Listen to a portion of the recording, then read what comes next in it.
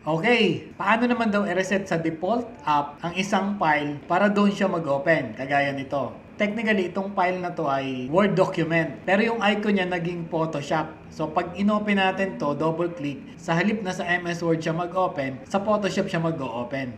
So, hindi siya mag-open dahil hindi naman siya Adobe Photoshop. Siya ay Microsoft Word file. Okay?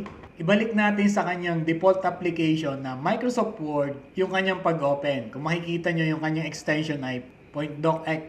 Ayan, no? So, right-click lang natin yan. Then, open with. Then, punta tayo ng choose another app.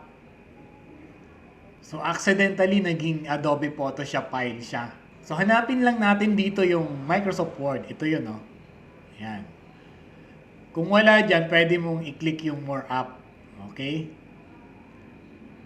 Then, pag na-select na natin yung Microsoft Word, click lang natin itong always use the app to open .docx file para every time na i-open mo siya, sa Microsoft Word na siya mag-open. Okay? Click. So, ayan. At sa Microsoft Word na siya nag-open. Okay? So, check natin. O, nabago na yung kanyang icon. Kanina yan ay Adobe Photoshop yung icon niya. Ngayon, bumalik na siya sa Microsoft Word. And that's it.